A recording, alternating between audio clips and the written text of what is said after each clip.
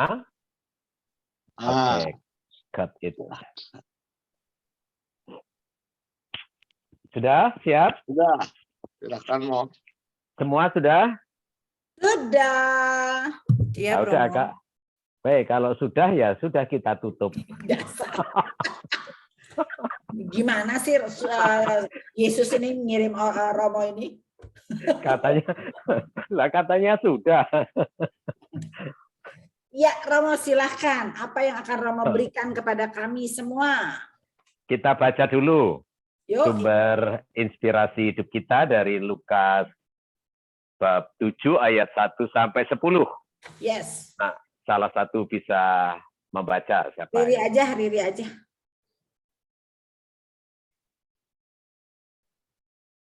Oke. Ri. Itu hari Senin. Enggak, Lukas 7, Ri. Lukas 7 ayat 1 sampai 10 Injil hari Senin kan? Enggak tahu, Ya. lupa, Ri. Pada suatu ketika, setelah mengakhiri pengajarannya kepada orang banyak, masuklah Yesus ke Kapernaum.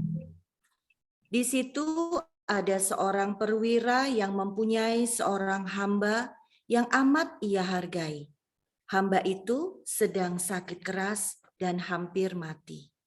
Ketika mendengar tentang Yesus, ia menyuruh beberapa orang tua-tua Yahudi kepadanya untuk meminta agar ia datang dan menyembuhkan hambanya. Mereka datang kepada Yesus dan dengan sangat mohon pertolongannya. Katanya, "Sudah selayaknya engkau menolong dia, sebab ia mengasihi bangsa kita, dan dialah yang menanggung pembangunan rumah ibadat kami." Maka pergilah Yesus bersama mereka. Ketika Yesus tidak jauh lagi dari rumahnya, perwira itu menyuruh beberapa sahabatnya mengatakan kepada Yesus, "Tuan, janganlah bersusah-susah, sebab aku merasa tidak layak menerima Tuan dalam rumahku. Sebab itu, aku juga merasa tidak pantas datang sendiri mendapatkan Tuan. Tetapi katakanlah sepatah kata saja, maka hambaku akan sembuh. Sebab aku pun seorang bawahan, dan di bawahku ada pula prajurit. Jika aku berkata kepada salah seorang, 'Pergi,' maka ia pergi. Atau kepada yang lain, 'Datanglah,' maka ia datang. Dan jika aku berkata kepada hambaku, 'Kerjakanlah ini,' maka ia pun mengerjakannya." Mendengar itu, heranlah Yesus akan dia. Sambil berpaling kepada orang banyak yang mengikutinya, ia berkata, "Aku berkata kepadamu, di Israel pun iman sebesar itu belum pernah kujumpai." Setelah orang-orang suruhan itu kembali ke rumah, mereka mendapati hamba yang sakit itu sudah sehat kembali. Demikianlah sabda Tuhan. Terpujilah Kristus. Romo, sebelum Romo masuk ya, jadi yang sakit itu hambanya itu orang kaya ya? Dia bikin pembangunan gereja ya, Romo ya? Perwira Yang- itu, perwira Yang kaya kaya. perwiranya. Perwira. Bukan, coba dibaca lagi sekali. Kamu harus menyembuhkan karena hambaku itu, coba baca Deri. Coba baca lagi Deri. Hambanya itu loh yang pendonor itu, Ya. donatur, coba baca. Jadi kata orang tua ini nih, kata orang-orang tua Yahudi yang diutus perwira Ya. kepada Yesus. Ya, Sudah selayaknya Yesus, engkau menolong dia. Sebab perwira itu mengasihi bangsa kita. ya. Dan dia juga perwira itu yang menanggung pembangunan rumah ibadat kami. Jadi maksudnya supaya menolong perwira itu untuk menyembuhkan hambanya. Itu Ada kali dalam Romo ya. kertasnya, something lah cukup. Oke. Konteksnya ya, konteksnya. Jadi settingan peristiwa itu ada seorang perwira punya hamba yang sakit keras, hampir meninggal. Ya. Lalu perwira ini meminta kepada semacam sesepuh bangsa itu, coba ngomonglah kepada Yesus untuk menyembuhkan hambaku ini, gitu kan. Lalu yang ngomong kepada Yesus itu bukan perwira, tapi sesepuh ini tadi, tua-tua itu ngomong kepada Yesus. Yesus, tolonglah itu, ada orang yang hambanya sakit. Sudah sepatutnya lah kamu membantu dia, membantu perwira itu ya, dengan menyembuhkan hamba itu, karena perwira ini orang yang sangat baik dengan bangsa kita, dan dia yang mendanai pembangunan gereja, ya kan, Bait Allah. Ya. Lalu Tuhan Yesus berkenan datang ke sana, ya. Tetapi begitu mendengar bahwa Yesus mau ke rumahnya, sang perwira itu bilang, janganlah Yesus, jangan datang ke rumah saya ini orang yang nggak pantas, nggak layak. Cukuplah dia berkata satu kata saja, itu pasti akan sembuh, ya. Karena saya sebagai perwira punya anak buah. Kalau saya ngomong ini pasti dilakukan, ngomongnya satu pergi, dia pergi, ngomong ini datang, gitu kan. Lalu disampaikan hal ini juga nggak usah datang Yesus, ya kan? Ya. Cukup bersabda saja, maka kuasa itu akan menyembuhkan. Dan ternyata benar, ya. Setelah mereka sampai di tempat perwira itu, ternyata hamba itu sudah didapatinya sehat. Ini konteksnya. Itu. Nah, sekarang kita dalami konteks ini. Sebenarnya yang menderita perwira atau hamba? Hamba. Sakit. Hamba. Menderita sakit hamba, kan? Yang menderita sakit hamba. Ya kan? Tetapi hamba itu tidak berdaya. Nggak ada. Hamba itu Mbak, tolong itu dong, Mbak Luki, tolong di silent, suaranya kemana-mana. Sorry, Romo. Oke. Hamba itu yang menderita karena dia yang terkena sakit langsung. Tapi dia nggak berdaya dan nggak bisa berbuat apa-apa, kan? Ya. Apalagi dikatakan dia tinggal nunggu mati, katakanlah, karena ini penyakit yang keras dan hampir mati. Tapi mengapa? Pertanyaannya. Hamba yang menderita bisa menjadi penderitaan juga sang pemilik hamba, yaitu perwira. Ini karena ikatan batin. Ikatan batin yang kuat antara sang perwira dengan sang hambanya. Saya menangkap bahwa hamba ini adalah hamba yang ia cintai. Hamba yang mungkin sangat dipercaya. Hamba yang selama ini telah banyak membantu sang perwira. Sehingga ketika hamba ini sakit, sang perwira juga ikut merasakan. Ya, ikut merasakan penderitaan sang hamba. Sehingga dia mewakili dari sang hamba untuk minta pertolongan dari Tuhan Yesus. Tetapi penderitaan itu bukan hanya semata-mata dimiliki oleh sang hamba. Ternyata sang majikan, yaitu perwira itu ikut menderita dengan kondisi hamba itu. Ini sama saja seandainya kita punya orang terpercaya, orang yang kita kasihi, mengalami penderitaan, akan ada ikatan batin yang membuat kita menderita. Tetapi kalau kita tidak ada ikatan batin apapun, kita melihat kesengsaraan orang itu, kita seperti menutup mata. Nggak ada gerakan apa-apa. Maka kalau kita membaca kitab suci, ketika Yesus mau melakukan sesuatu, di sana ada kata-kata, Yesus tergerak oleh belas kasihan. Ada ikatan batin antara situasi nyata di luar dirinya yang masuk ke dalam batinnya dan ini menggerakkan. Maka kita pun tidak akan bisa memiliki perhatian terhadap lingkungan di sekitar, kepedulian terhadap sekitar, kalau kita tidak punya ada ikatan batin. Ya. Tidak ada belas kasihan di dalam hati kita. Tidak akan ada kepedulian. Ada orang-orang yang begitu lihat misalnya orang menderita langsung tergerak. Ya. Tapi ada yang biasa, itu orang miskin biasa, orang susah ini biasa, tidak ada compassion, ya, tidak ada kepedulian. Inilah yang menjadikan perwira itu dipuji oleh Yesus. Tidak ada iman di kalangan bangsa Israel sebesar perwira ini. Jadi iman ini bukan hanya menyangkut soal perwira ini bukan pengikut dan murid Yesus. Ya. Kalau kita lihat konteksnya, perwira ini perwira Romawi. Ya. Lalu dia tetapi peduli kepada orang-orang Yahudi, bangsa-bangsa Israel.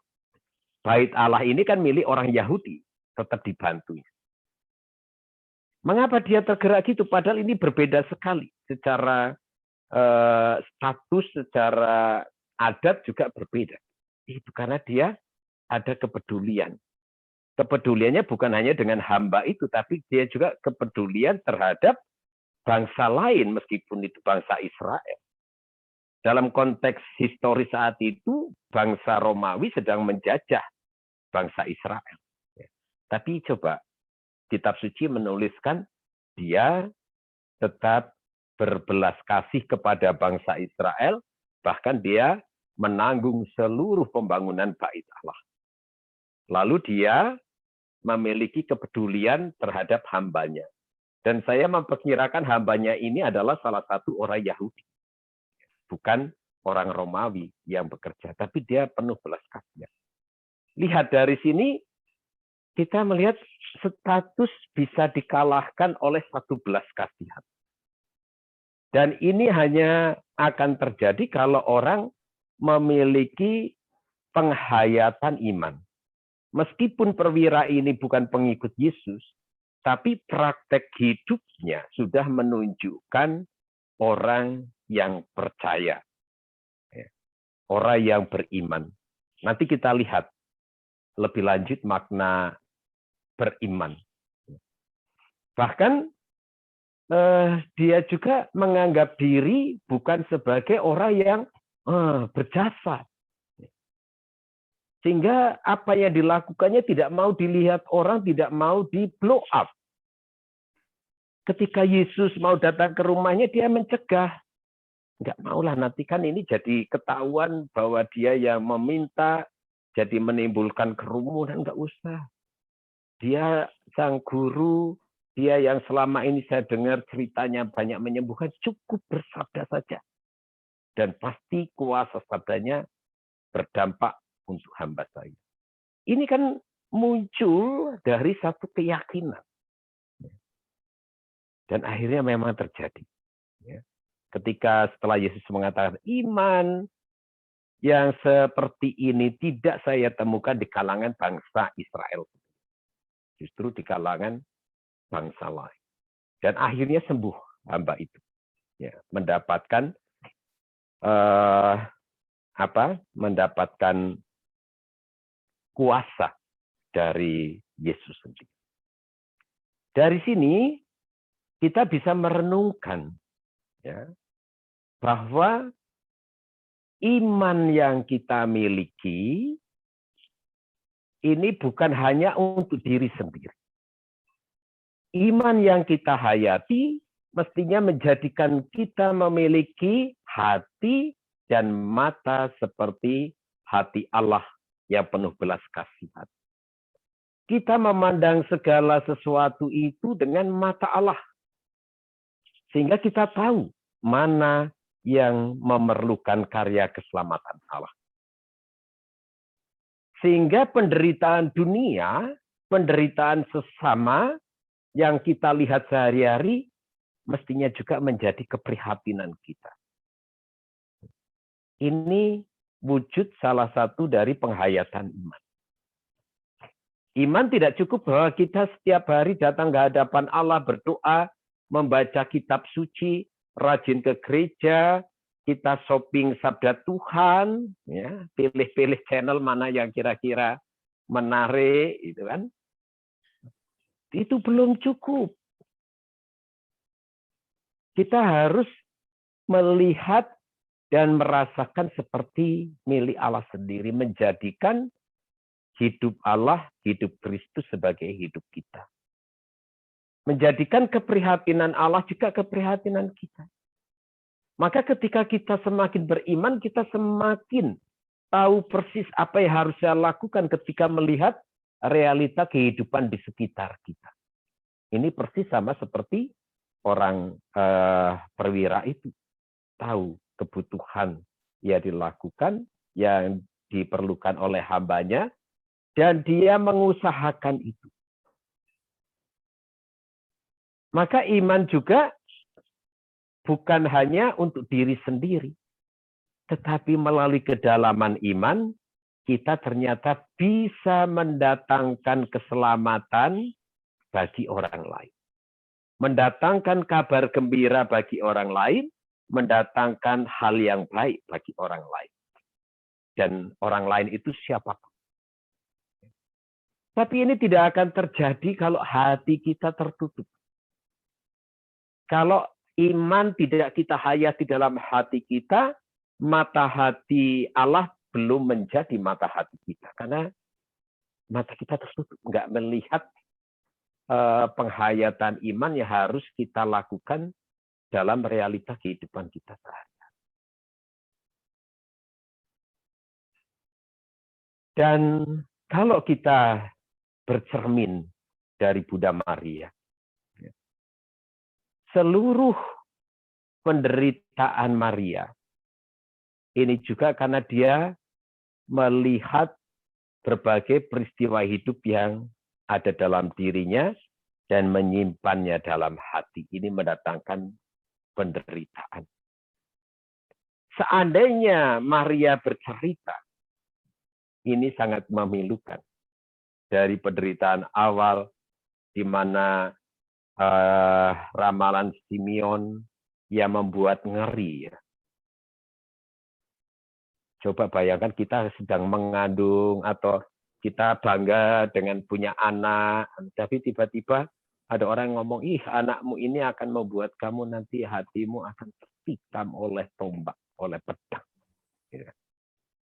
Bingung, tapi khawatir, cemas. Maria protes atau apa enggak? Maria menyimpannya dalam hati. Dan itu menimbulkan penderitaan. Lalu, bagaimana ketika mereka berusaha melaksanakan adat istiadat, ya, Maria dan Yosef mempersembahkan Yesus ke bait Allah. Tiba-tiba Yesus tidak pulang bersama mereka. Lalu mereka kembali lagi ke Yerusalem. Ya, 3 hari perjalanan. Bayangkan, ketemu Yesus di sana, bukannya Yesus minta maaf, anaknya minta maaf, tetapi malah, mengapa kamu mencari aku? Bukankah aku harus tinggal di sini? Nah, kalau misalnya kita dalam posisi Maria, sudah ngamuk kita kan. Anaknya langsung kita jewer, bawa pulang, tabok pantatnya itu kan. Tapi tidak dengan Maria, menyimpan semuanya dalam hati. Ya, ini menimbulkan penderitaan sendiri. Di samping penderitaan fisik, di mana mereka bingung mencari, harus kembali lagi ke Yerusalem. Tapi yang utama penderitaan batin itu.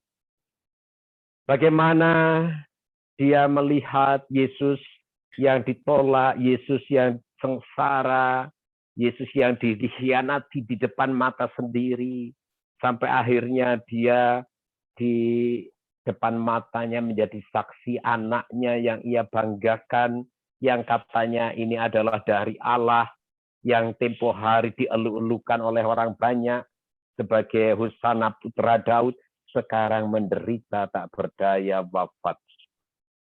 Bayangkan misalnya kita sebagai seorang ibu melihat peristiwa itu. Akan ada penderitaan. Dan yang utama penderitaan batin. Tapi Maria menyimpannya dalam hati. Begitu juga ketika dia memangku putranya yang sudah wafat dengan banyak bilur, luka-luka. Ya. Bukan dengan pakaian keberhasilan, kesuksesan di pangkuan dirinya, anaknya. Tapi dalam ketakberdayaan dengan tubuh yang hancur. Bayangkan kalau kita ada di posisi Maria. Betapa pilunya gitu. Nah, tapi Maria menyimpannya dalam hati dan dia tetap konsisten dengan mengatakan fiat voluntas tua. Aku ini hamba Tuhan, terjadilah padaku menurut kehendak. Semua aspek penderitaan Maria menjadi bukti nyata dari imannya. Iman di mana dia mampu mengambil seluruh penderitaan manusiawi Yesus untuk disimpan dalam hatinya. Dan tanpa menuntut apapun dari Tuhan, kecuali hanya berserah diri pada Tuhan. Bagaimana dia tetap konsisten untuk menjadi Bunda Yesus tanpa banyak berbicara. Meskipun banyak hal yang terjadi itu menyusahkan hatinya. Meskipun yang ia lihat, ia alami, banyak hal yang ia tidak mengerti. Ia simpan dalam hati, tanpa mengeluh, tanpa menggerutu, tetap menjalankan kehendak Tuhan. Kesempurnaan iman Maria inilah nanti yang menjadikan Maria istimewa sebagai teladan orang beriman murid Yesus. Pertama yang mengimani dan konsekuen menjalani iman itu. Sehingga nanti tradisi gereja mengakui bahwa Maria mendapat anugerah istimewa dengan diangkat jiwa raganya ke surga dan mendapat tempat istimewa di surga sebagai Bunda surgawi. Itu anugerah yang diterima dari kesetiaan iman Maria atas semua penderitaan. Nah, sekarang apa yang bisa kita renungkan dari peristiwa yang terjadi di Injil dan juga peringatan Maria yang berduka cita. Iman yang kita miliki jangan pernah digunakan sebagai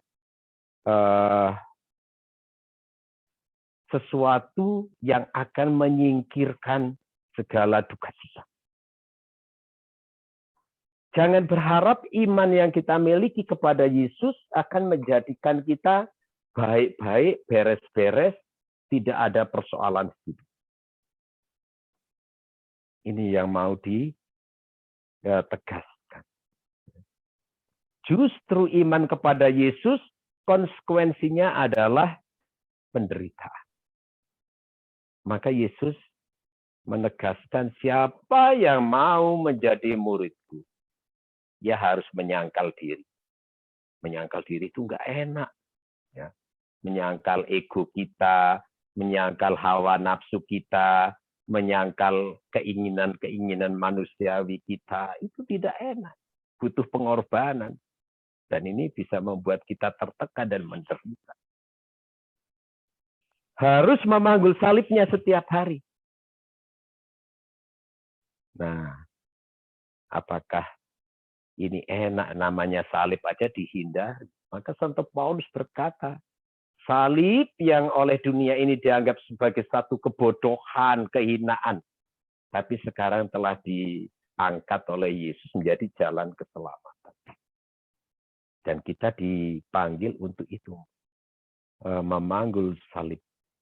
Salib itu adalah lambang dari penderitaan, dari kesusahan, dari derita.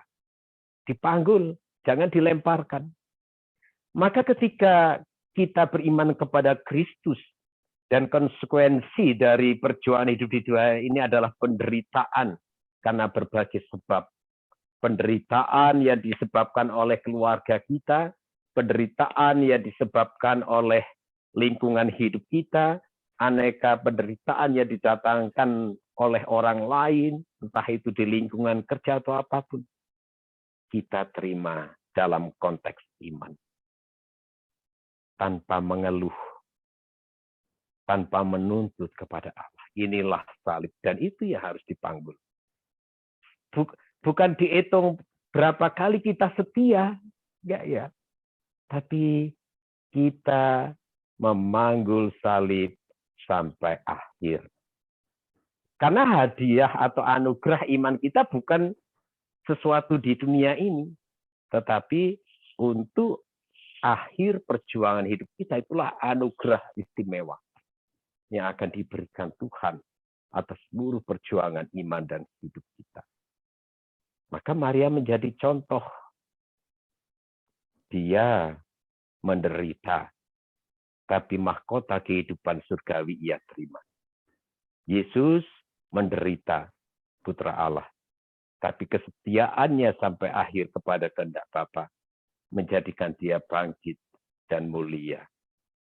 Demikian juga kita, orang yang beriman kepada Kristus, ketika kita menyatukan hidup kita dengan Kristus, maka kita juga akan mendapat ganjaran itu. Dan Yesus banyak menjanjikan itu. Ya. Barang siapa yang saat ini rela kehilangan nyawanya, ia kelak akan mendapatkannya. Tapi yang saat ini pelit kehilangan nyawanya karena aku, dia justru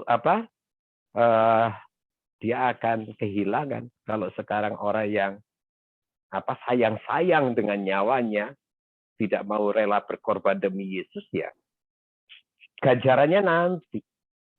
Dia justru akan kehilangan kehidupan yang diharapkan semua orang, yaitu kehidupan kekal. Maka kita dipanggil untuk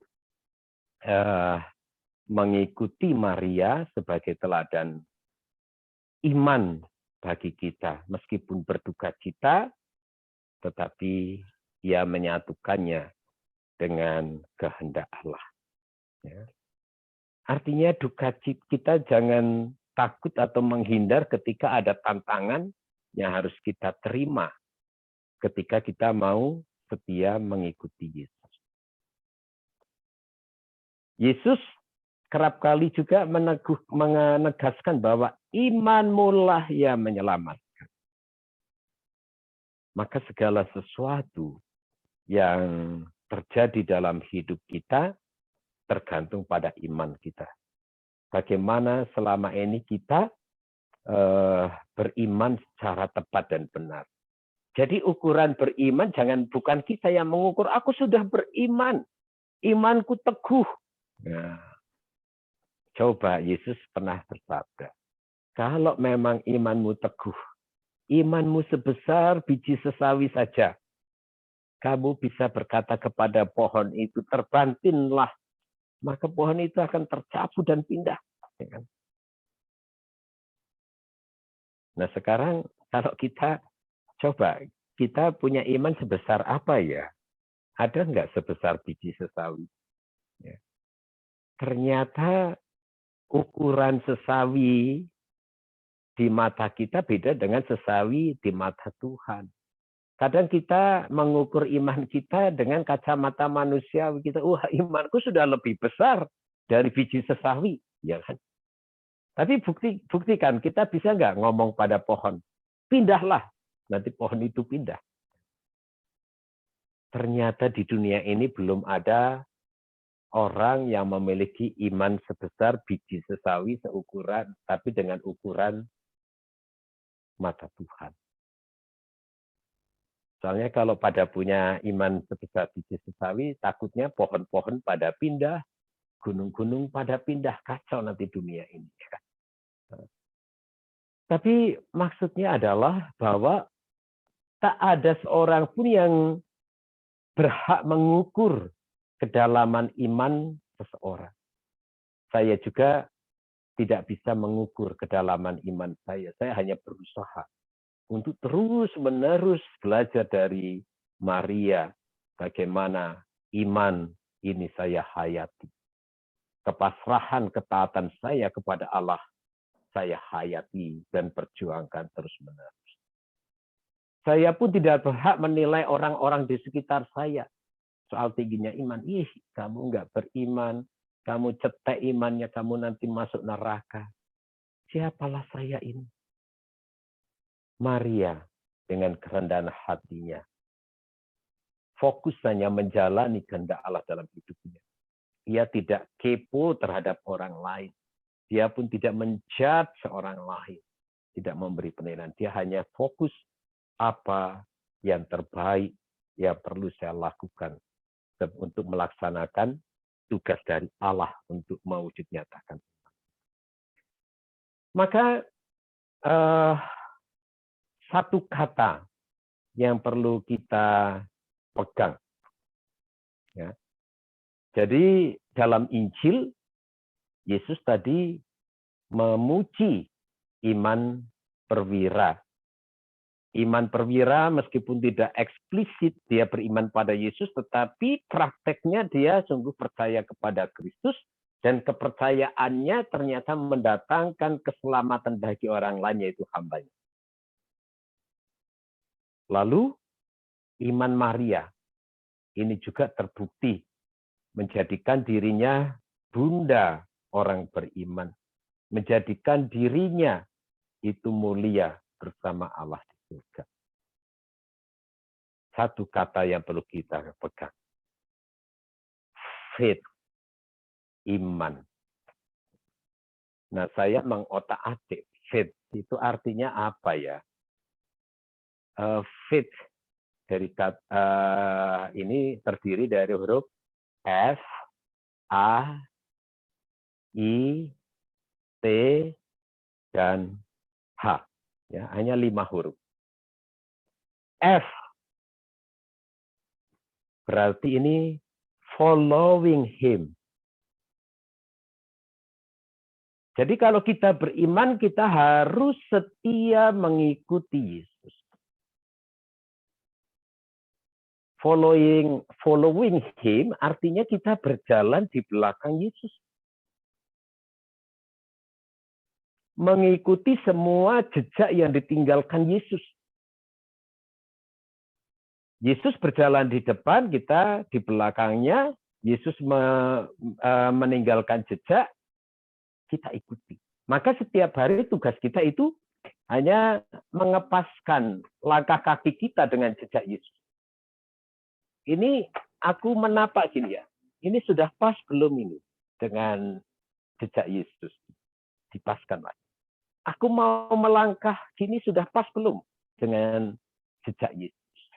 Dan jejak Yesus itu nyata dalam seluruh kehidupan teladan Yesus dan ajarannya. Maka sebelum kita membuat keputusan, sebelum kita membuat satu tindakan, kita pikirkan dulu, apakah tindakanku dan keputusan ini sesuai dengan kehendak Tuhan atau enggak.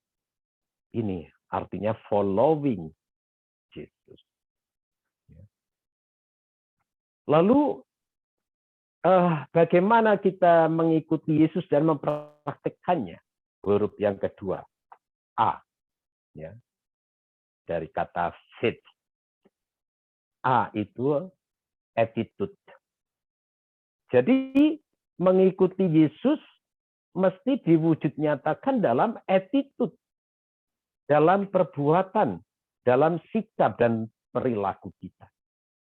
Maka kalau kita disebut pengikut Yesus mesti terlihat nyata dalam seluruh penghayatan sehari-hari hidup kita. Dalam tutur kata kita, dalam tindak tanduk kita, dalam relasi kita dengan orang lain, apakah kita sungguh yang kita pancarkan, yang kita lihatkan ke orang lain, ini penghayatan kita sebagai murid Yesus. Iman mesti muncul dalam sikap atau attitude kita sehari-hari. Yang huruf ketiga dari kata iman atau faith itu adalah I. I itu eternity heart. Artinya, kalau kita itu beriman sebagai pengikut Yesus, ini harus kita hayati dengan hati yang dalam. Kita tidak cukup hanya mengakui Yesus juru selamat, tapi hati kita jauh. Dan ini yang sering dikritik oleh Yesus. Orang ini memuji dan memuliakan aku. Dia teriak menyebut nama Tuhan, Tuhan. Tapi hatinya jauh dariku. Eternity heart harus membuktikan bahwa di dalam hati kita yang ada hanya kehendak Tuhan. Ketika kita memuji Tuhan, ketika kita berdoa, itu harus muncul dari dalam hati. Bukan hanya verbal dalam mulut. Ketika kita membantu orang, berbelas kasih kepada orang, ini harus muncul dari dalam hati. Bukan hanya formalitas. Ini penghayatan yang genuine. Penghayatan iman yang asli, yang murni. Sehingga apapun yang kita lakukan atas nama iman kita kepada Kristus, akhirnya hanya muncul dari pancaran hati kita. Kita tidak peduli lagi orang mau menanggapi apa terhadap kebaikan yang kita berikan. Orang mau mencemooh, ya kita tidak peduli. Ini eternity heart ini akan mengubah aneka penderitaan manusiawi menjadi sukacita. Dan ini saya melihat Maria mampu menghayati tugas pertusannya dalam iman di hati yang dalam. Sehingga seluruh deritanya itu tidak menjadikan dia mengeluh, tidak menjadikan dia menuntut. Dia hanya teguh, menyimpan semedan hati dengan tetap teguh, bersyukur kepada Allah. Ini pun bisa terjadi dalam diri kita. Aneka penderitaan, aneka kesusahan, dunia ini menyediakan berbagai alasan untuk kita menderita.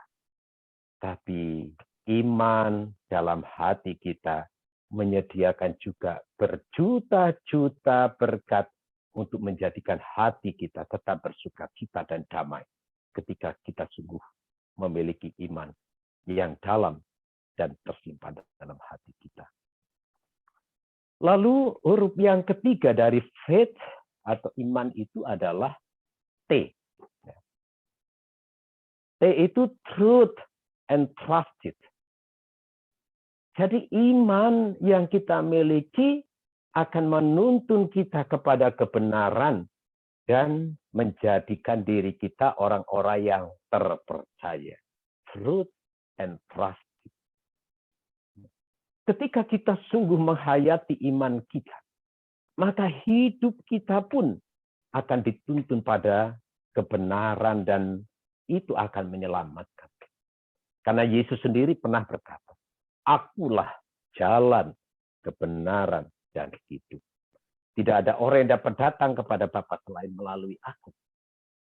Maka ketika kita beriman, kita hayati dalam sikap kita hayati sepenuhnya dalam hati, rahmat Allah menuntun kita untuk berbuat selalu yang benar. Disingkirkan dari hal yang ingin menyimpang. Kita akan dituntun untuk melakukan yang benar. Benar bukan menurut ukuran kita. Benar menurut kriteria Allah. Cirinya apa? Benar menurut kriteria kita setelah melakukan itu tidak mendatangkan damai, tidak mendatangkan sukacita. Tapi ketika benar menurut kriteria Allah, apapun yang kita lakukan selalu mendatangkan damai, sukacita. Ini nanti kita cek sendiri masing-masing. Ketika kita menjalankan segala sesuatu dengan benar seturut kehendak Allah, maka kita akan menjadi orang-orang yang terpercaya, trusted dalam kehidupan sehari-hari, dalam hidup berhadapan dengan orang lain. Kita menjadi orang yang terpercaya. Dan inilah kesaksian hidup kita pada orang lain. Ini nggak dibuat-buat karena akan muncul begitu saja seturut dengan penghayatan hidup kita. Terakhir yaitu H. Faith itu huruf terakhirnya adalah H. Ya. Itu adalah humanity life. Akhirnya seluruh penghayatan iman kita ini terpancar melalui seluruh kehidupan manusiawi kita, humanity life. Jadi iman kita itu tidak terwujud dengan cara-cara spektakuler atau dengan cara-cara yang kelihatannya rohani semua. Enggak. Tapi dalam kehidupan manusiawi kita yang biasa-biasa saja. Dalam kehidupan sehari-hari kita. Semuanya selalu terkoneksi dalam rangka penghayatan iman kita kepada Tuhan. Akhirnya iman kita mengalir setiap saat dari waktu ke waktu, dari setiap hal yang kita lakukan muncul belas kasih kita kepada orang lain, muncul kepekaan kita pada sesama, muncul gerakan kita untuk mendoakan penderitaan orang, kita juga ikut prihatin, dan akhirnya doa-doa ibadah kita juga, karena kita lakukan penuh iman, ini kembali lagi menjadi berkat yang menyelamatkan orang-orang kita. Inilah penghayatan iman. Itu, ingat, faith, ya, following him, attitude, eternity heart, lalu truth and trusted, dan terakhir humanity life. Jadi iman itu sederhana. Cukup kita jalani hidup sehari-hari, tugas kita sehari-hari dengan penuh pasrah diri, penghayatan yang ikhlas, dan membiarkan Tuhan sendiri yang menuntun kita. Sehingga penderitaan kita pun tidak menjadi beban. Ya, meskipun kita ada banyak penderitaan, tapi kita tetap mengalami sukacita, mengalami kedamaian. Itulah anugerah yang sudah bisa kita rasakan saat ini. Kendati kita masih hidup di dunia, ketika kita beriman, masih ada anugerah lain yang dijanjikan Tuhan. Kedamaian, kebahagiaan abadi untuk jiwa kita nanti. Wes ngono, aku kok wes ngoceh iki. Capek aku ngoceh. Truth. Baik, ada pertanyaan atau sharing? Minum dulu. Ngopi dulu. Ngopi dulu boleh. Jadi setiap apa yang kita lakukan, kita baca, kita doakan, itu kita harus tanya apakah ada korelasinya dengan Allah ya, Romo ya. Iya. Melibatkan Allah selalu lah maksudnya, Romo ya. Kita lagi kesel, lagi marah, kita berdoa, kenapa aku marah? Kenapa Tuhan aku marah? Apakah ini? Kita itu ya. Gitu. Romo gitu juga nggak sih? Lah iya. Jadi selama murid sama student coba. Kan Romo kadang-kadang ada murid yang bandelnya minta ampun.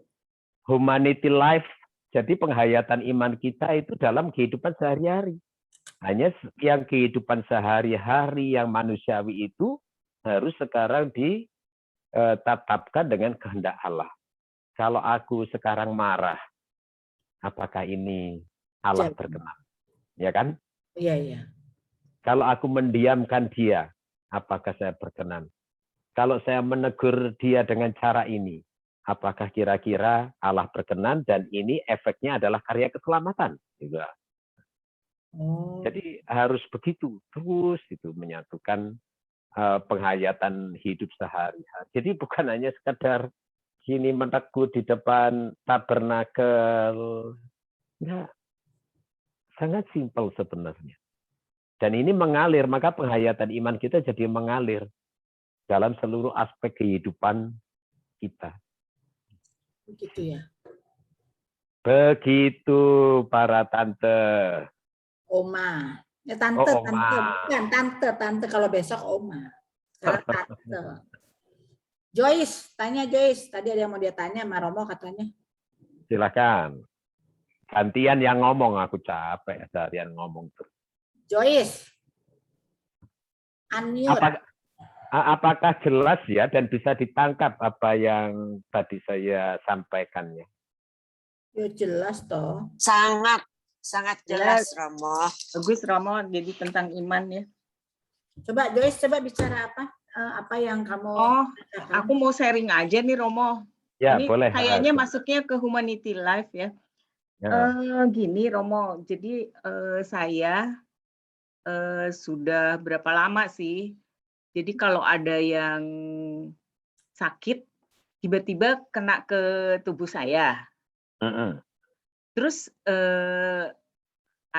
tiba-tiba pula ada berita di WA, itu kalau nggak temen ya saudara, yang tolong dong doakan ini sakit ini. Ternyata sakit itu yang ada dalam tubuh saya, Romo. Gitu. Terus saya tiba-tiba langsung doa buat dia, langsung doa koronka. Nah, waktu saya doa koronka itu saya betul-betul doa aja, nggak langsung doa gitu Romo. Jadi nggak nunggu apa-apa lagi. Saya saat itu juga saya langsung doakan, misalkan siapa gitu saya sebut namanya, minta disembuhkan gitu. Nah, selesai saya doa koronka, itu sakit yang ada dalam tubuh saya tiba-tiba hilang. Terus saya dapat berita dari yang sakit, walaupun saya nggak bilang bahwa saya doain dia, nggak. Hanya ada berita gembira aja bahwa ini sekarang dia sudah mulai baik. Baikan. Gitu. Nah, itu saya sering banget, Romo. Sering banget ngalamin yang seperti itu. Itu Humanity. Ya, Humanity Life. Jadi ya kita didoakan, oke, saya doakan, kita sungguh-sungguh mendoakan. Ya, tapi jangan lupa bahwa Humanity Life juga harus dijalankan dengan humble ya, dengan kerendahan hati. Iya. Karena gini, misalnya ada seseorang yang sakit, dia kan minta doa bukan hanya pada satu orang. Iya, iya kan banyak pada gitu ya. Banyak orang. Jadi jangan ketika misalnya kita mendengar dia sudah sembuh atau sudah baikan, kita lalu sombong, merasa sombong maksudnya itu berkat doa kita, enggak sih Romo, enggak. Ini berkat doa kita, ya. Ini harus kita hati-hati karena jangan sampai kita punya penghayatan iman, tetapi di balik itu ada kesombongan rohani. Nah itu yang bahaya ya Romo ya. Karena banyak loh orang-orang yang begitu loh, ada kesombongan rohani. Ya. Padahal Tuhan bisa saja mengabulkan doa itu bukan semata-mata karena doa kita ya, karena tapi kan karena doa banyak ya. 2 atau 3 orang berdoa. Artinya karena ada banyak orang yang menyatukan doa. Kita puji syukur doaku yang tidak berarti yang kecil ini turut menghadirkan rahmat. Iya. Nah itu kan, iya. Jadi tetap humble kita. Iya. Begitu ya. Tapi kalau untuk dia rasakan, bagaimana Romo? Dirasakan gimana? Iya, jadi si penyakit itu tiba-tiba suka ada di dalam tubuh saya, Romo. Misalkan dia kan kemarin rasa sakitnya itu loh, Romo. Dia kan kanker ini getah bening. Terus yang dia rasakan itu di bawah ketiak itu dia sakit sekali. Nah saya tiba-tiba ini saya nggak bisa bergerak, Romo, di bawah ketiak saya ini yang sebelah kanan. Terus saya pikir saya nggak punya nih penyakit seperti ini apa gitu. Nah, saya nggak tahu waktu itu siapa yang sakit, saya nggak tahu. Jadi tiba-tiba jadi ceritanya gini Romo. Jadi pertama Joyce, dia nggak ngerti ada yang sakit, tapi kenapa dia sakit di ketiak? Aduh ada apa ya? Akhirnya dia doa koronka. Gitu. Selesai doa koronka, telepon temannya, doain dong si Ani lagi anfal nih. Gitu. Oh, oke. Gitu. Dia sering begitu. Jadi dia takut sekarang kalau dia udah mulai ada rasa sakit-sakit. Aduh siapa yang sakit lagi ya? Gitu. Enggak, Iya. itu enggak apa-apa. Itu justru transfer ya, semacam transfer iya kali ya Romo ya, transfer ya. kemanusiaan, energi, di mana orang yang membutuhkan doa, penderitaannya secara nyata kita alami juga. Ya kan? Dan ini menyebabkan kita jadi semakin serius berdoa. Nah iya itu ya Romo ya. Ini semacam pengingat kita untuk makin terus sampai akhirnya hal itu hilang ya kan dalam diri kita. Tapi nggak usah takut. Artinya ketika kita misalnya tiba-tiba merasa sakit mengalami itu ya kan? Iya. Berarti ingat, berarti ada seseorang yang saat ini membutuhkan doa saya. Gitu kan? Iya. Nah, doakan saja. Dan kita meskipun tidak tahu siapa, tapi kan Tuhan itu pasti tahu. Iya. Iya, saya juga kadang-kadang gitu tuh berdoanya, Tuhan saya tidak tahu ini siapa yang sakit atau apa. Jadi saya Tapi berdoa. kalau transfer gitu biasanya orang-orang yang kita kenal. Iya, yang dekat ya Romo ya. Orangnya sekitar kita, orang dekat, keluarga atau kenal. Nggak apa-apa, nggak usah takut. Tapi ketika itu datang berarti ada tanda ada orang yang Signalnya langsung peka si sebagai- Joyce. Aku sih saranin sama Joyce itu rahmat. Rahmat itu nggak usah kenapa ya? Dari mana ya? Atau nggak perlu yang kalau memang itu harus aku itu yang aku rasakan. Nah sekarang Joyce diusahakan lebih banyak berdoa, lebih banyak meditasi, lebih banyak puasa ya Romo ya. Lebih bahwa kamu mempunyai rahmat sesuatu yang ini. Tuhan apa yang saya lakukan ya, lebih banyak doa, baca buku apa yang harus gitu kan. Para santo juga banyak yang seperti itu kan. Ya ikuti aja kehidupan para santo, jangan sampai kenapa ya gitu. Jangan seperti itu, malah berarti Tuhan mau aku lebih banyak berdoa ya Romo ya. Bukan berarti sekarang tidak, tapi lebih banyak karena kamu mempunyai sense kayak seperti itu. Begitu. Yes. Ya betul nggak Romo? Aku sih bilangnya begitu. Kamu harus lebih banyak meditasi, latihan rohani. Dan itu kan bukan untuk diri sendiri tuh. Iya betul. Justru itu akan untuk berguna untuk orang lain ya. Iya, makasih Romo. Oke. Menyelamatkan orang lain. Amin. Oke. Sekarang pertanyaannya, apakah di dalam satu selama ini ada yang ayat kitab suci atau homilia para Romo atau KKS kemarin yang menyentuh atau ini kan kehidupan gue gitu loh, seolah-olah apakah ada seperti itu teman-teman sesuai dengan judul ini ya, judul tema hari ini.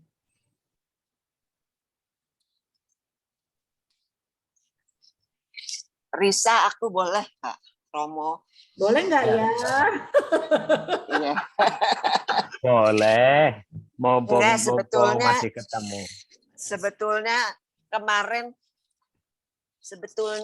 ini sharing jurnal refleksi aku penutupan EJ kemarin ya, Riri, Susan atau Ricky tahu.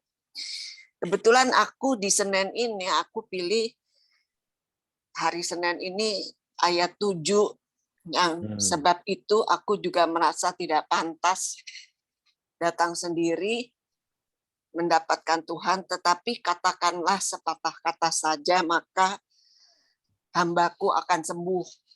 Jadi seringkali aku tuh juga kalau merasa nggak enak atau sakit, terutama masa kritis pandemi ini, ada gelisah, takut, ragu ke dokter, lemah bahkan seperti orang tidak berdaya. Yang aku lakukan doa kepada Tuhan agar mau berkata sepatah kata saja. Dan aku percaya pasti sembuh. Kalaupun dalam tanda kutip ya, Tuhan pasti akan memberikan yang terbaik gitu loh. Begitu juga terhadap keluargaku, misalkan itu suami atau anak-anak. Kadang aku diambil heningan, aku nggak bisa bicara apa-apa. Aku hanya berkata sepatah kata itu. Tuhan, katakanlah sepatah kata saja bahwa anak atau aku atau suami akan sembuh. Itu, dan aku juga percaya bahwa Tuhan akan melakukan yang terbaik. Bisa juga saya jadi mati, Romo, tapi dengan kata-kata itu buat saya ada satu kedamaian. Itu aja, itu kemarin sharing jurnal yang aku pilih. Oke.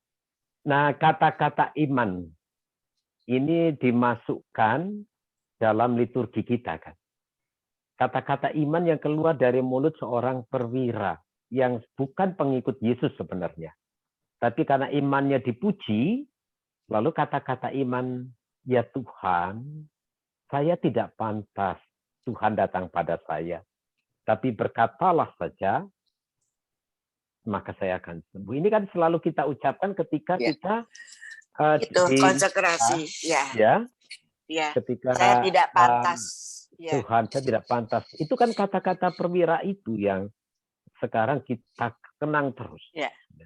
Nah, sekarang bagaimana penghayatan itu? Maka jangan hanya sekedar apal, ya Tuhan, saya tidak pantas Tuhan datang, lalu lewat gitu aja ya. Ini kita renungkan coba. Kita berkata, Tuhan, engkau tidak aku tidak pantas, Tuhan datang kepada saya. Cukup bersabda saja, saya akan sembuh.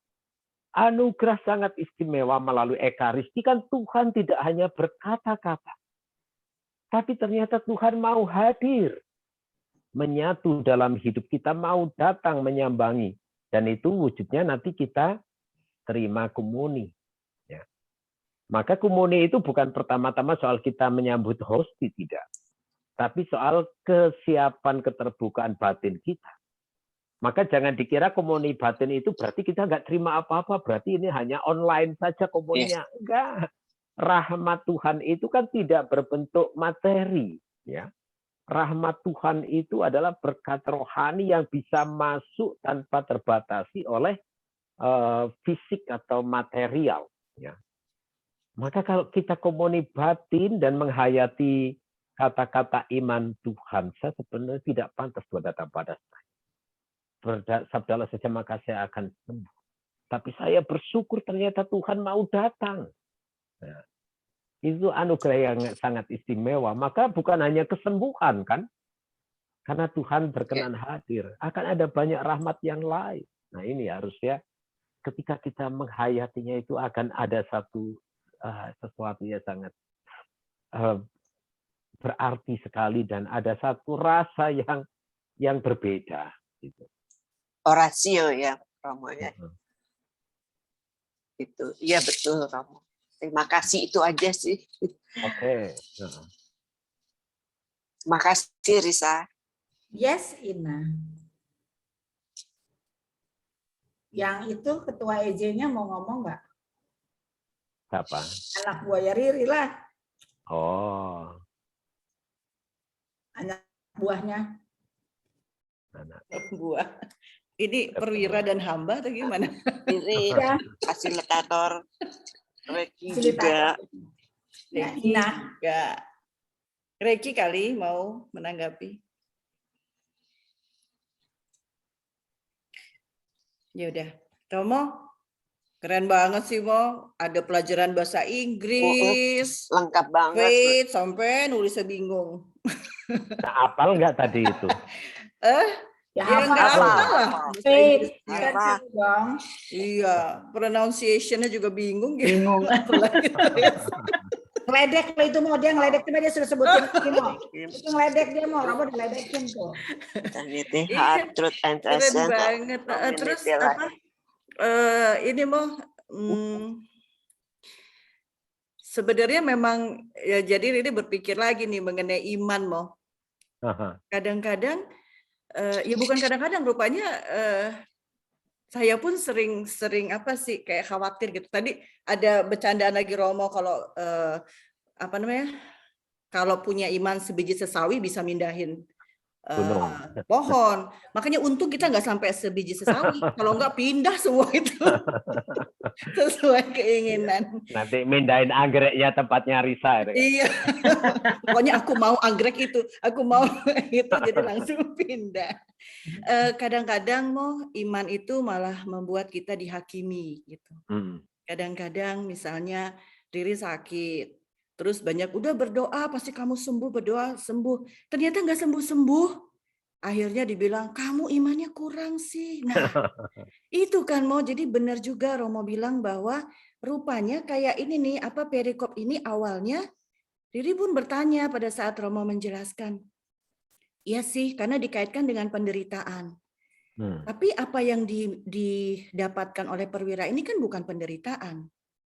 Yang didapatkan perwira ini adalah hambanya sembuh gitu. Jadi sebelumnya Riri berpikir bahwa benar juga ya, kalau kita mau sesuatu atau kita mau sembuh, doanya begitu aja, pasti kita sembuh, gitu loh. Tetapi ternyata yang kita harus ya betulin kalau Riri salah ya Mo ya. Rupanya yang tadi Romo sampaikan kalau nggak salah, ini kadang-kadang kita memang sombong dengan iman kita ya Mo. Memang kita kadang-kadang kenapa kita juga suka dihakimi? Karena orang juga menganggap iman lu harus bagus dong, nggak bisa. Padahal mungkin yang ngomong itu pun imannya nggak seperti yang dihakimi gitu mungkin ya. Mungkin itu gagal paham juga gitu. Jadi di sini menarik Romo bilang bahwa rupanya bukan kesombongan atau jadi bukan terkabulnya apa yang kita kehendaki. Walaupun kebetulan di sini dikabulkan ya Mo ya, kehendaknya ya. Tapi rupanya yang kita lihat itu adalah ketidaklayakan si perwira itu. Padahal kan perwira itu bos ya Mo ya. Tadi Romo udah jelaskan bahwa dia begitu peduli, dia tuh ada ikatan cinta. Nah, dengan Romo menyampaikan hal-hal yang memang kadang-kadang bukan kadang ya, keluar nggak sempat terpikirkan oleh Riri Mo. Bahwa yang kita lihat itu adalah kerendahan hati, bahwa kepedulian gitu. Jadi bukan iman itu rupanya bukan untuk memenuhi keinginan kita, tapi lebih kepada ketidaklayakan kita sehingga akhirnya membawa kita kepada Yesus yang kita percaya dia mampu berkuasa untuk melakukan apapun gitu.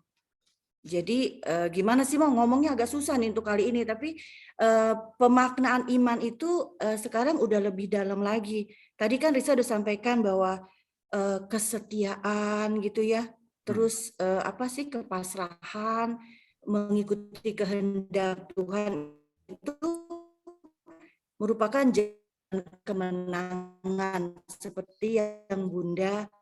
Jadi rupanya kenapa pesta ya Riz ya, karena dia. Nah ditambah lagi dengan Injil ini Romo sampaikan kesetiaan betul, kepasrahan iya, tapi ya itu ketidaklayakan kita. Rupanya itu yang sering membuat kita salah menerapkan iman, karena menurut kita, aku udah berdoa tiap hari, aku udah begini-begini, iman kita udah naik-naik. Rupanya tetap kita perlu untuk meresapkan dalam hati bahwa sebenarnya aku pun tetap tidak layak gitu. Tapi aku menerima segala kemurahan Tuhan. Gimana Mo? Susah ngomongnya, dilurusin dong Mo. Itu sudah benar ngomongnya, sudah terdengar jelas kok, nggak susah ya. Nggak salah ya Mo? Nggak salah. Jadi memang iman itu kan bukan untuk perkara memenuhi seluruh kebutuhan kita. Nah ini yang kadang kita beriman masih secara manusiawi sekali. Kalau saya beriman, kita wujudkan dengan aktif berdoa, baca kitab suci, itu kan kriteria kita. Lalu setelah itu giliran sekarang kita menuntut Tuhan untuk mengabulkan semua permohonan kita, kehendak kita. Maka tidak jarang ada orang yang tadinya sudah aktif, rajin berdoa, ikut sana sini. Ketika ada masalah dia berdoa, Tuhan mohon ini. Tapi dia ternyata tidak melihat pengabulan ya. Pengabulan doa, akhirnya dia mogok, nggak lagi mau. Iya, mutung mah. Mutung. Nah, ini bukan iman sejati ya. Kalau kita mau lihat kembali kepada Yesus. Coba, Yesus menghadapi penderitaan. Dia pun memohon kepada Bapa, ya Tuhan, ya Bapa, kalau mungkin biarlah piala ini lalu dariku. Tapi lihat aspek imannya. Tetapi bukan kehendakku yang terjadi. Tapi kehendakmu lah. Jadi iman itu tidak menuntut, seperti Maria pun tidak menuntut. Karena ada sesuatu lain yang direncanakan, yang dikehendaki Allah dalam seluruh aspek kehidupan kita. Jadi iman bukan untuk mengatur Tuhan dengan segala berkat-Nya. Tapi iman kerendahan hati kita untuk bahwa kita tidak layak sebenarnya di hadapan Tuhan, tapi kita percaya bahwa Tuhan selalu memberikan yang terbaik untuk kita, gitu kan? Iya. Begitu ya. Terima kasih Romo, iman itu tidak menuntut. Waduh. Romo, Kata baru. contoh aja yang kemarin kita Yesus memilih muridnya. Yesus sudah berdoa seharian penuh kepada Bapa. Malam-malaman. Ada 12 muridnya, tetap ada yang satu error. Iya. Berkhianat ya. Tidak terkabul. Aduh, bagaimana ini ya kan? Kurang apa coba Yesus ya kan? Itu sama Berdoa kepada Bapa semalam-malaman loh ya. error. Masih ada satu error, hanya satu yang error sebenarnya, tapi fatal kan? Iya. Mengkhianati, dan itu menyebabkan seluruh karya Yesus seperti hancur kan? Betul. Coba, Yesus itu berkarya hanya 3 tahun. Iya, hancur semuanya. Oleh pengkhianatan Yudas, semuanya runtuh. Betul, dia sedih. Ini secara manusiawi. Iya. Tapi lihat setelah 3 tahun, ternyata Allah punya rencana lain dari yang kelihatannya gagal secara manusiawi itu. Lihat, setelah Yesus bangkit mulia, karya Yesus baru membuahkan buah-buah yang tersebar ke seluruh dunia, ya kan? Panen berlimpah. Panen berlimpah. Itu salah satu saya punya refleksi yang saya lihat bahwa ada beberapa kegagalan dari anak-anak menurut saya. Saya berdoa, Tuhan, saya percaya pasti ada Allah membuat rencana baru. Gitu, itu yang saya imanin. Itu bagian daripada kadang-kadang kan tidak seperti yang saya mau gitu ya Romo, tapi Tuhan saya tahu pasti Tuhan membuat rencana baru. Terus satu lagi Romo, saya ini lagi novena Padre Pio. Karena novena Padre Pio saya nonton filmnya, saya baca bukunya, segala macam saya udah ngerti, baru saya novena. Apa yang terjadi? Saya takut loh. Waduh, apa yang terjadi dalam kisah Padre Pio? Saya bilang, Padre Pio kan di abad sekarang kan Romo, dia kan 6 tahun 68 meninggalnya kan Romo. Ya. Berarti di abad sekarang lah yang dunianya kelihatan lah di mata kita sekarang. Nggak tahun abad 12 atau 13. Yang saya pikirkan apa? Kalau sampai ada Padre Pio, itu seorang Romo, saya nggak berani itu datang ke dia. Pasti saya udah digamparin, diusir. Dosanya banyak banget. Dan udah gitu ya itu sombong itu yang kayak Riri bilang. Bahwa saya datang ke sana, kan saya udah berdoa setiap hari, saya mau pengakuan dosa segala macam. Yang saya takut kan dia banyak kisah bahwa orang-orang benar-benar ditempelin, pergi kamu ya kan Romo, itu kan kisah-kisah nyatanya. Jadi saya merasa bagian daripada orang yang diusir dan disuruh bertobat gitu loh. Kamu harus jujur. Macam dia bilang, kamu tidak jujur dosa kamu, masih ada dosa kamu. Dia kan bisa ngeliat dosa kita, Romo ya. Nah itu sesuatu yang buat saya untuk kemajuan banget, yang pada akhirnya saya berbicara Tuhan telah memberikan rahmat kepada Padre Pio. Saya sekarang noven. Boleh nggak melalui Padre Pio, Tuhan bongkar abis dosa saya yang mana, bahkan mungkin saya nggak tahu itu dosa. Jangan sampai pada saat di pengadilan pengadilan surga di sana, baru saya dibongkar. Kan itu yang bikin takut. Sekarang tolong katakan apa yang harus itu. Begitu juga buat suami dan anak-anak saya. Tolong ya rahmat itu yang kita mau. Jadi karena baca itu jadinya, waduh gue sih bagian ditampar. Takut Romo beneran. Bener-bener takut. Itu ngelihat itu kisah Padre Pio itu Romo. Waduh itu aja. Jadi itu masuk semua ke dalam. Jadi saya bilang, Tuhan kenapa jadi kisah-kisah ini menjadi suatu gambaran buat kehidupan gue ya, dosa-dosa gue ya gitu loh Romo. Itu refleksi aja itu Romo. Jadi saya benar-benar kayaknya Tuhan tuh nih nyodorin Padre Pio, besok lagi lu nyodorin nih Santa Faustina, terus nanti sodorin satu-satu. Jadi saya ikut itu. Dia itu Padre Pio itu tiap hari dia nggak pakai 9 kali atau 10 kali atau berapa kali. Sepanjang hidupnya dia novena Hati Kudus Yesus ya. Hebat ya. Dia sangat mencintai Hati Kudus Yesus ya Romo ya. Iya. Itu Padre Pio. Itu aja. Jadi apa yang aku lakukan itu selalu karena aku tersentuh, karena aku merasa di apa ya, disentil kali ya atau apa lah gitu. Makanya aku ingin teman-teman coba dong sharing gitu. Ada nggak apa bacaan hari ini, bacaan kemarin, 2 minggu? Aku dong boleh ya? Silahkan. Ya, silakan. Kalau aku Romo, terima kasih Romo udah kasih penjelasannya dalam banget soal iman. Aku jadi di sini jadi belajar bahwa selama ini kan memang seperti yang Romo bilang bahwa doanya si perwira ini kan ada di dalam misa kita gitu kan, sehari-hari kita doain. Tapi dengan Romo tadi memberikan penjelasan itu menambah pengetahuan saya secara pribadi bahwa nggak hanya imannya Bunda Maria gitu loh, tapi iman si perwira ini ternyata walaupun udah ngerti sih mau, cuman pas tadi udah Romo terangin dengan detail banget itu paling nggak aku tuh jadi oh iya gitu loh. Si perwira ini yang bukan orang Yahudi, dia orang Romawi ya Romo ya.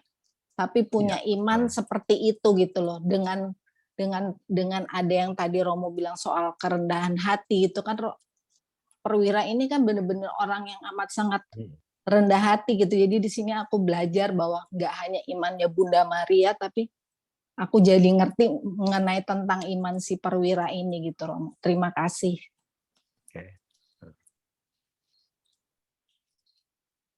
Ini sama juga ketika Yesus menyembuhkan orang lumpuh yang digotong dan membongkar atap kan? Iya. Lalu Yesus kan memuji, imanmulah yang menyelamatkan. Tapi sekarang iman siapa? Apakah iman si sakit? Bukan, yang teman-temannya. Teman-temannya yang menggotong dan membongkar atap itu. Iya. Ya toh? Artinya ini iman orang lain itu bisa menyelamatkan sesamanya. Humanity ya. Humanity. Ya, jadi kalau kita sungguh mendoakan orang lain juga dengan penuh cinta, ini akan mendatangkan berkat. Ya. Iman kita menyelamatkan. Menyelamatkan bukan hanya diri sendiri, tapi juga menyelamatkan orang lain. Lalu coba, seorang ibu di Nain yang anaknya mati, dia menangis memohon kepada Yesus. Untuk siapa? Bukan untuk dirinya, untuk anaknya. Ya. Maka karena iman dan pasrah dirinya ibu itu kepada Yesus, anaknya diselamatkan, disembuhkan. Ini hebatnya. Jadi lihatnya bukan untuk diri sendiri Romo ya. Selalu lihat orang lain. Untuk orang lain. Gunakan iman kita untuk bukan hanya untuk keselamatan orang dan berkat. Makasih Romo. Oke. Baik, begitu para ibu-ibu, para opanya Ricky. Om Ricky. Tadi ya. Begitu ya. Jadi sehat selalu, semangat, hayati iman dengan kerendahan hati, Iman berarti mengikuti Yesus setiap hari, following Him every day, ya kan? Ya. Oh. Dalam sikap kita, dalam attitude kita, dan kita hayati dengan kedalaman hati, eternity heart, lalu kemudian dalam truth and trusted, ya.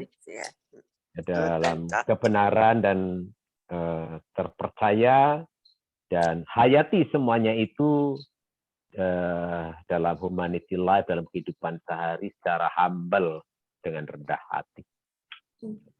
Wes kuiwai, sederhananya, singkat. Pedes. Indra nggak ada. Oke. Indra, satu lagi Indra. Indra. Udah lama nggak dengar suara Indra. Ada, Pak. Indra, ada komentar nggak? Aku sih ya, Ya. dengerin Romo tadi. Saya cuma ada di dalam pikiran saya.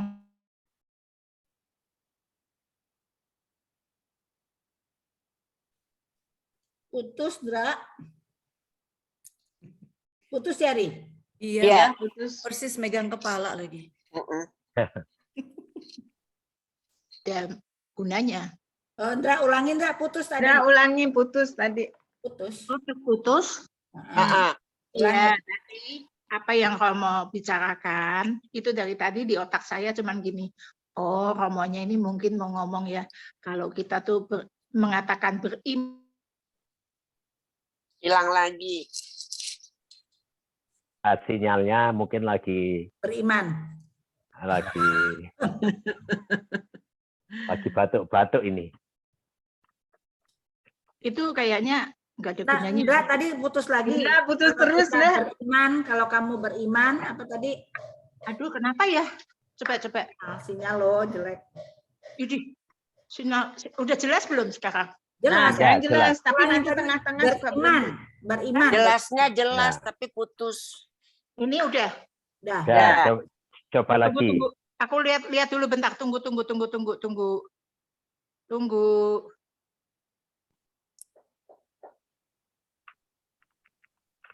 Ya, intinya adalah kita harus tetap melakukan suatu tindakan. Enggak cuman berdoa aja. Jadi semua iman kita itu hanya bisa ditunjukkan dengan perbuatan kasih juga. Kadang-kadang aku malah mikir, gimana ya kalau orang tuh mungkin nggak pernah berdoa, bahkan mungkin dia nggak punya agama, tapi ternyata dia orangnya baik gitu. Ya kasih sama semua orang. Ya apa bedanya gitu, tapi ya enggak juga sih Romo.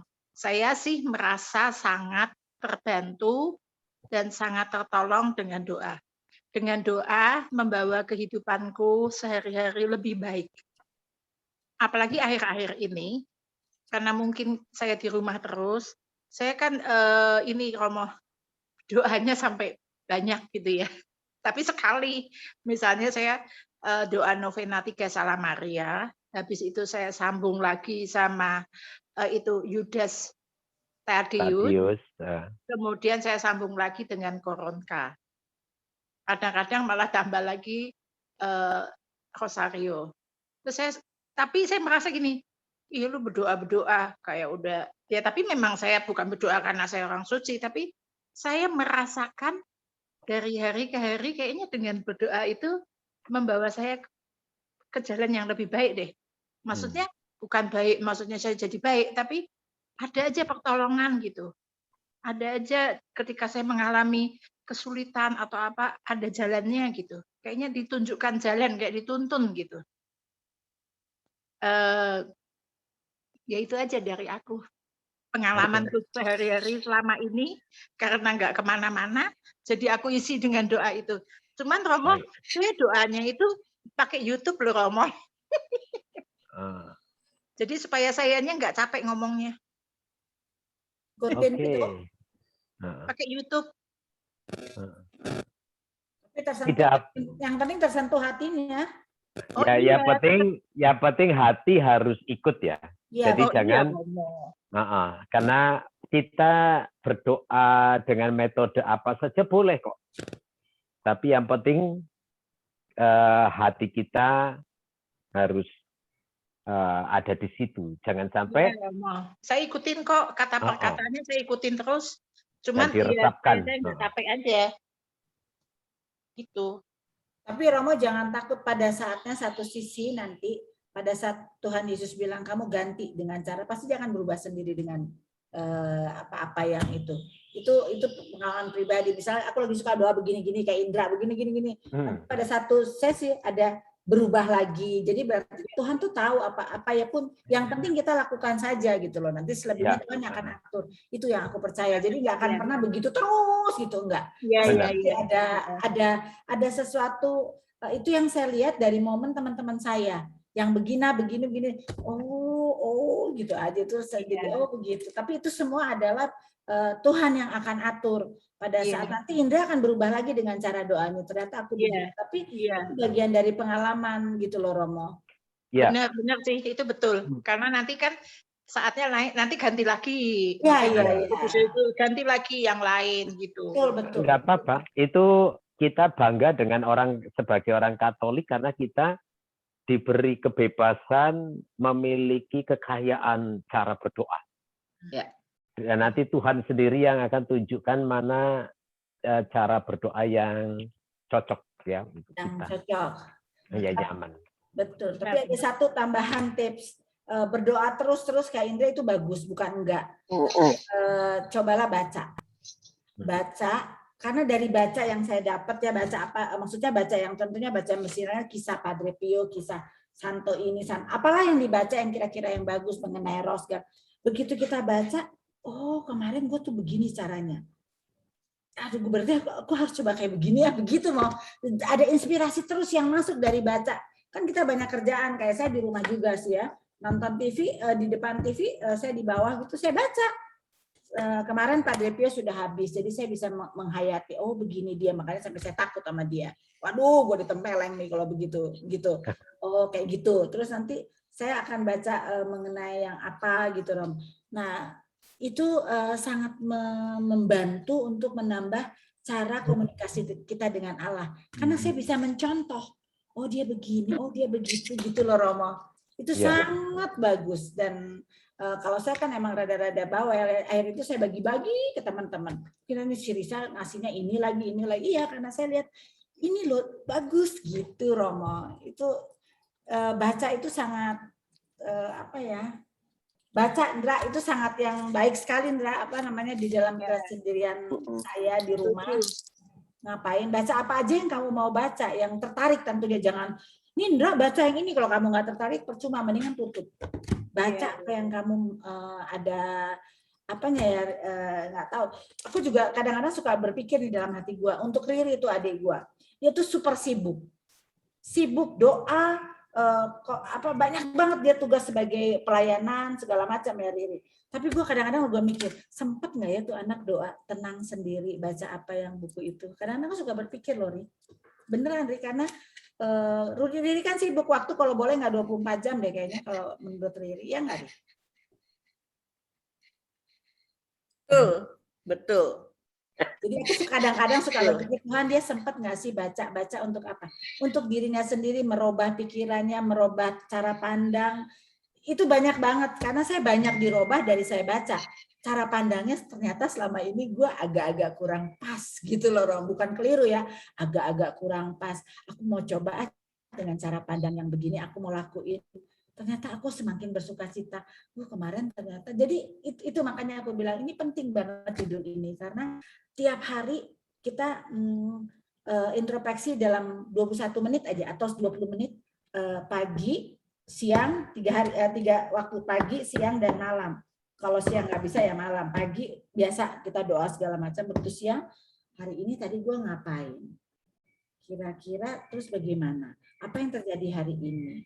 sampai aku makan ketemu orang terus pikirin itu. Nanti kalau mau tidur juga kita pikir dari siang sampai ini mau ngapain, kayak gitu. Jadi apa ya Romo, buat aku itu sebagai latihan, kayak contoh hari ini gue boro-boro baca juga enggak, yang ada nonton sinetron, kesel banget gitu, kayak begitu. Jadi ada sinetron ternyata tidak berdampak bagus buat gue ya, nggak boleh, besok gue kagak mau nonton sinetron, gue tetap mau baca.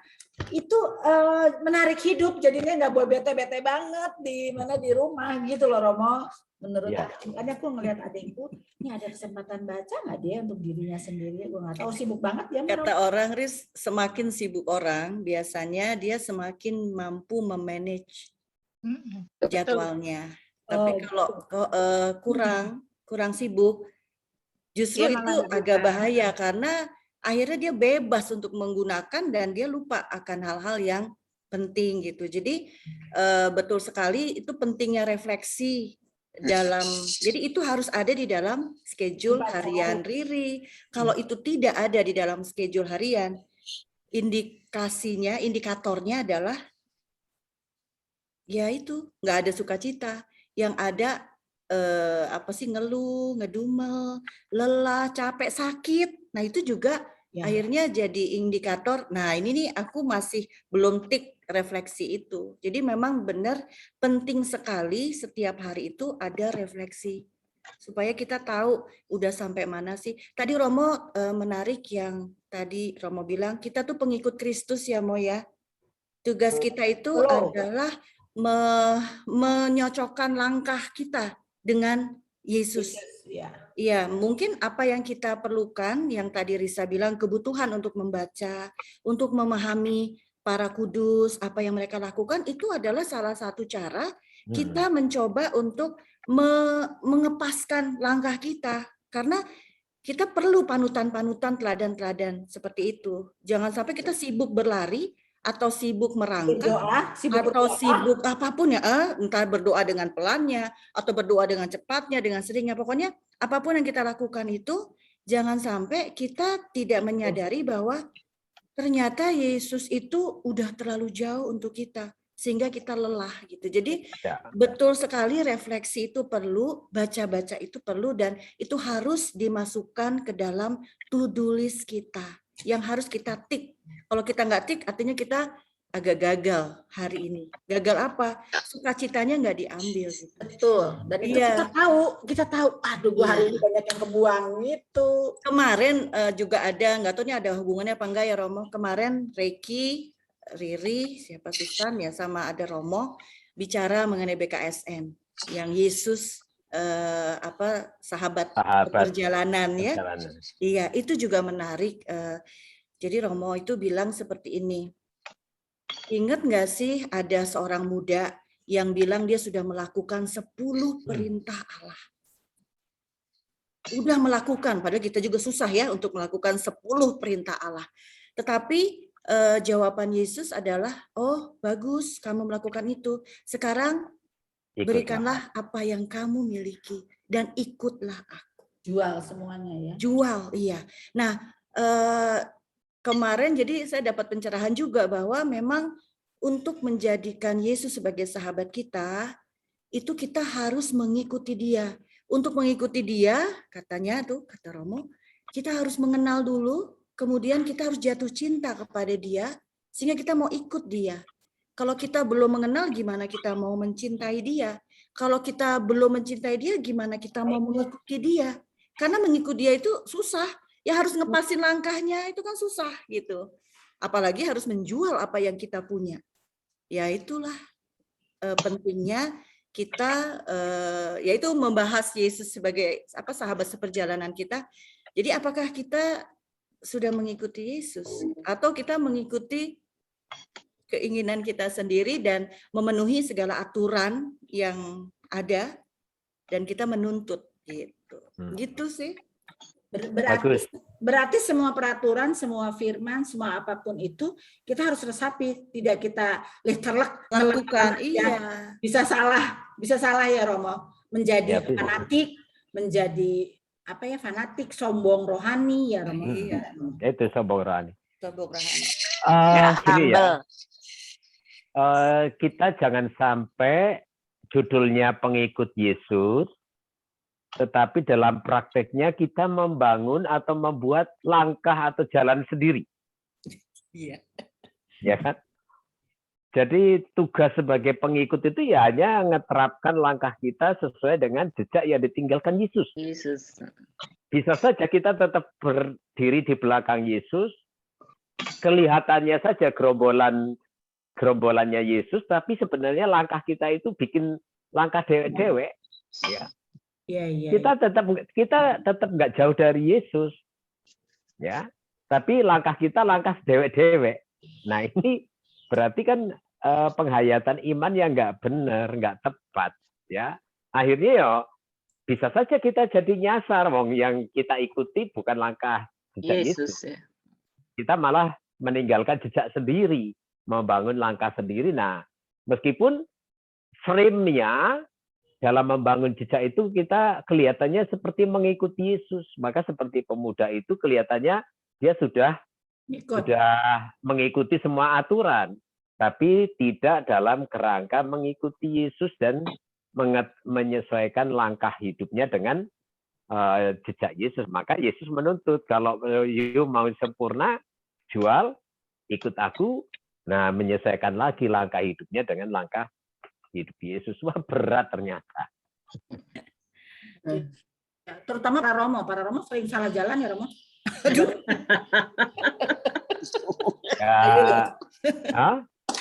Justru para Romo yang hafal di luar kepala semuanya firmannya segala apa mau cari yang mana oke, tapi kadang-kadang ya suka ngebangun sendiri dia.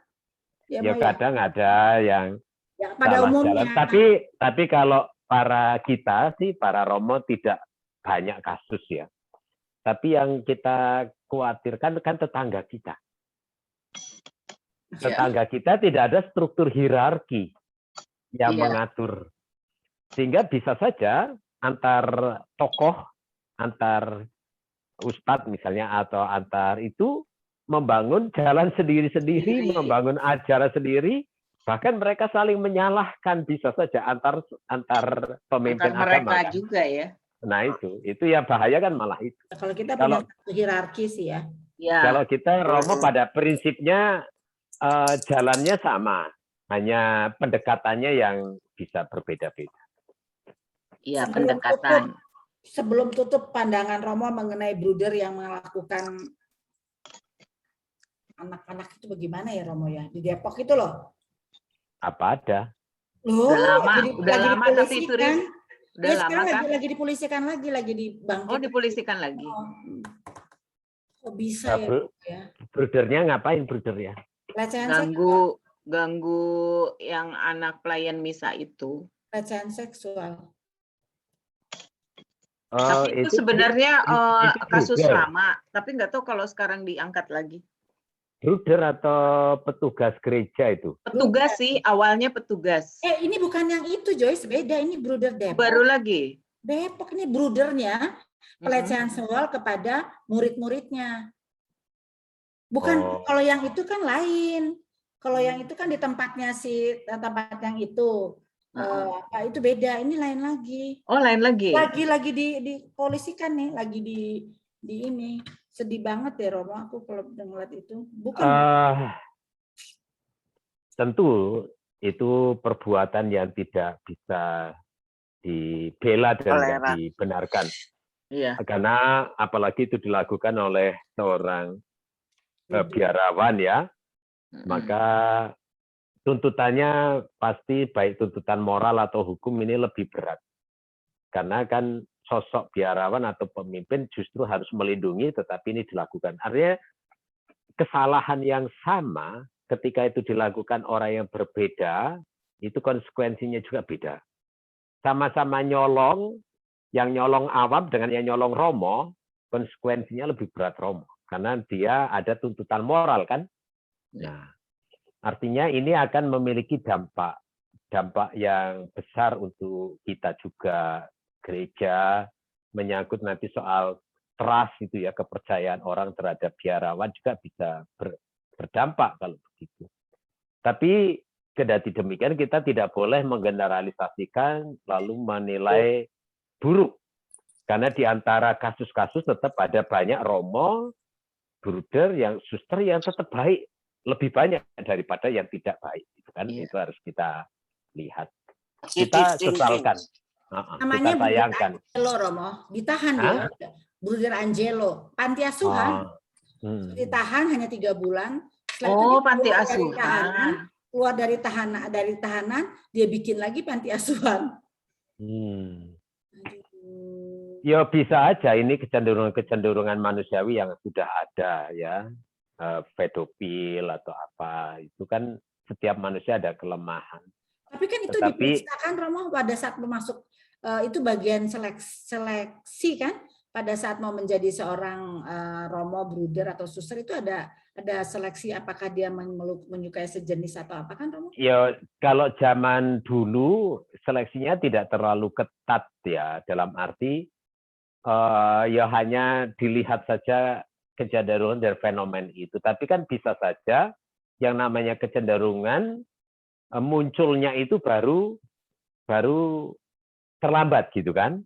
Jadi awal-awalnya normal, di seminari normal ya, tapi ternyata baru menjadi kecenderungan yang menuntut secara biologis itu setelah sekian tahun. Hanya sekarang sejak zaman Paus sebelum Paus Benediktus sebenarnya sudah mulai itu seminari sekarang ditekankan untuk menyeleksi benar-benar para calonnya. Jadi kalau sudah kelihatan di seminari ada kecenderungan itu, kecenderungan entah itu biseksual atau homo, itu langsung suruh keluarkan. Ya. Iya. Itu karena sekarang gereja, terutama yang di luar negeri, mendapat banyak tuntutan hukum dari kasus-kasus yang sudah puluhan tahun yang lalu. Romo-romo yang pedofil ya, melakukan pelecehan seksual dengan anak-anak miskinar, dengan anak. Nah, dan di luar negeri, di Amerika terutama itu, ini sekarang, maka sekarang gereja mempertegas itu. Oh, dia dari Blessed Sacrament itu Romo, ordonya kongregasinya Blessed Sacrament. Oh, ya. Blessed Sacrament Manila. Ya karena kita juga nyeleksi gitu kan ya susah-susah gampang, karena seminaris kan nggak dites, nanti dites dilihat burungnya gimana, normalitas burungnya gimana, ini kan enggak. Tapi itu salah satu tugas kita ya Romo ya, untuk mendoakan itu ya. Itu benar. Mendoakan, tapi kita juga menjadi ikut sistem kontrol ya. Dalam arti kita tetap hati-hati kalau memang ada fenomen-fenomen yang menurut kita sudah mulai tidak normal dalam diri romornya, ya kita segera memberitahu romonya, menegur atau memberitahu itu ya, untuk menyelamatkan gitu kan, jangan supaya tidak berkelanjutan. Oke Romo, ternyata itulah ceritanya. Akhirnya Monsignor Bruno sudah turun tangan dalam hal ini. Oh, ya, anaknya udah anak-anaknya dikirim ke panti asuhan di Cipanas. Ya, saya juga, tapi ini kayak namanya juga berita ya, kurang begitu jelas. Masa cuma ada bruder satu sih, ya kan? Dan ini brudernya pun misionarisnya tuh dari Filipina. Kayaknya bruder Angelo tuh bukan orang Indonesia deh kayaknya. Ya, kita doakan. Ya. Baik, begitu ya. Iya, semangat sekali ini sudah. Luar biasa. Baik, kita tutup dengan doa. Salah satu menutup, nanti saya Romo aja sekalian memborong saya. Ya dong. Sama berkat. Maksa ya. Ini apa, audiensnya maksa. Oke, kita berdoa. Dalam nama Bapa dan Putra dan Roh Kudus. Amin. Ya Allah, firman-Mu adalah kebenaran yang menuntun kami pada kehidupan dan keselamatan. Semoga kami semakin mencintai firman-Mu dalam kehidupan kami sehari-hari, terutama untuk mengisi bulan Kitab Suci Nasional ini. Kami semakin mencintai firman-Mu dengan penuh iman, menghayatinya dalam kehidupan kami sehari-hari, dan berusaha melaksanakannya di setiap suka duka hidup kami. Karena kami yakin bersama dengan firman-Mu, kami akan Kau tuntun pada kebenaran. Kami akan senantiasa Kau beri rahmat dan juga berjalan pada sumber keselamatan yang Kau janjikan. Semoga kami tiada henti-hentinya selalu mengevaluasi hidup kami berdasarkan kehendak-Mu, berdasarkan firman yang sering kami dengar, agar hidup kami dari hari ke hari menjadi lebih baik seturut dengan kehendak-Mu dan bukan seturut kehendak kami secara manusiawi. Ialah Engkau yang mengetahui seluruh kehidupan kami, Engkau juga mengetahui keadaan kami, kebutuhan kami, dan juga keluarga kami masing-masing. Kini dengan penuh iman pula kami mempersembahkan keluarga kami, harapan kami, dan perjuangan kami. Kami yakin Engkau yang penuh cinta, yang selalu menyertai perjalanan hidup kami, juga akan melengkapi kami dengan rahmat terbaik-Mu, lebih dari apa yang dapat kami doakan dan harapkan. Dan kami mohon semoga kami Kau beri kedalaman iman, agar iman kami sehari-hari juga menyelamatkan, memberi damai dan kebahagiaan bagi orang-orang di sekitar kami. Akhirnya kami puji dan muliakan Kau ya Allah, melalui seluruh hidup dan perjuangan kami, kini dan sepanjang masa. Amin. Tuhan sertamu. Dan sertamu juga. Saudara-saudari, beserta keluarga, dalam seluruh perjuangan hidup, dalam semua pengharapan, senantiasa dilindungi, dibimbing, dan dilimpahi berkat oleh Yang Maha Kuasa Bapa, Putra, dan Roh Kudus. Amin. Amin. Amin. Terima Terima kasih, kasih Romo. Romo. Semuanya. Selamat. Terima kasih semuanya. Salam sehat selalu ya. Riri.